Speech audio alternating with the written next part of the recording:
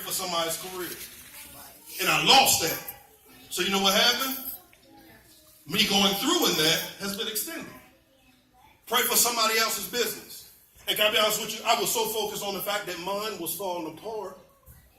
You know why? Let me explain that too, because I was putting it before God. That was the most important thing to me at that moment. And you know why? Because I had to be successful because I wanted to show everybody. Everybody that counted me out, Lady Nika, I wanted them to see that God was on my side. Come on. I wanted Georgetown to see Apostle. They talked about me. They said some things that were true. They said some things that were false. But they had to see me succeed. And God said, okay, I guess you ain't learned your lesson again. So now I got to strip it from you once more. Because I made up in mind, I don't want to preach. I hate preaching. Can I be honest with you? I don't like it. I just started liking prophesying, to be honest with you. I did. I used to be like y'all. Well, now I wasn't as bad as y'all because my apostle rebuked me one time and I learned my lesson. I used to hold words. I used to hold words and call him when I got home. And he told me, he said, oh, the last time I did it, he said, oh, okay, all right, okay. Next time, hold it, because if you're going to be a prophet, say it. If not, keep it to yourself. That's it. And that's all it took was one time for me for him to tell me that. And I grabbed hold of it. But understand, Elder Hand, and everybody else grab it too, because y'all have to understand how powerful the prophetic is. Right. And we have dummied down the prophetic, and there are prophets out here now that are making it very hard for prophets to be able to flow freely because we got people that are just taking advantage of it. I wasn't going to say anything about it because I know some of us are fans of him. But we got a prophet right now. And I said, sometimes you just have to shut your mouth for a season. Sometimes you just have to. If you continue to miss, I can deal with you missing one or two times. I can. If you admit you miss. If you admit it.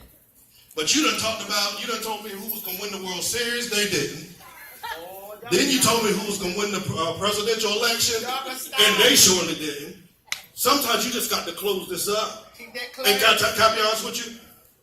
No matter how far you get, stay connected to a spiritual father and mother. Because I guarantee you, he's not rooted anywhere.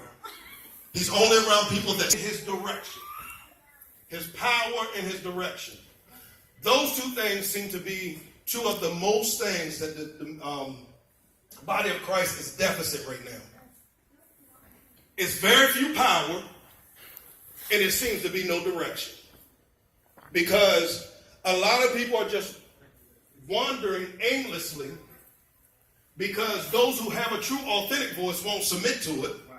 And those that will submit to a voice just aren't being directed by God. But Ezekiel went down here in the midst of this valley. And sometimes this is why we have to get to the valley. Some of us always want to be on the mountaintop. Sing, overseer.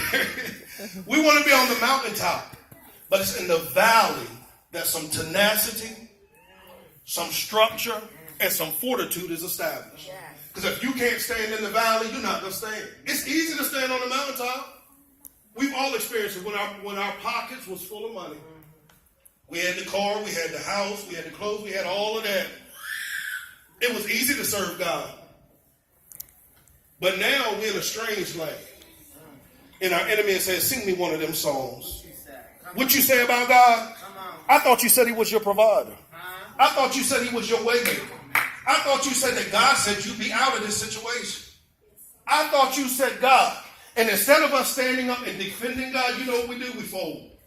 Well, maybe I missed him. Maybe I missed God. Maybe he wasn't talking to me. Maybe I wasn't supposed to start my business. Maybe I was supposed to stay on my job. Maybe I just made the wrong decision. No, you didn't make the wrong decision. Sometimes it has to be tested and tried before it can be brought to public. Because anything that's not tested and tried won't endure nothing. Amen. Now, I don't know about anybody else, but I don't want anything that hasn't been tested and tried. You're going to go buy a car that they did not test and try? No, why? Because you want to know what type of test it's been through. That's why Ford says built Ford tough. Why? If they feel that their cars are built Ford tough, that means that they have established a criteria that car or truck, SUV, whatever it is, must go through before it releases it under its name. Same thing with God.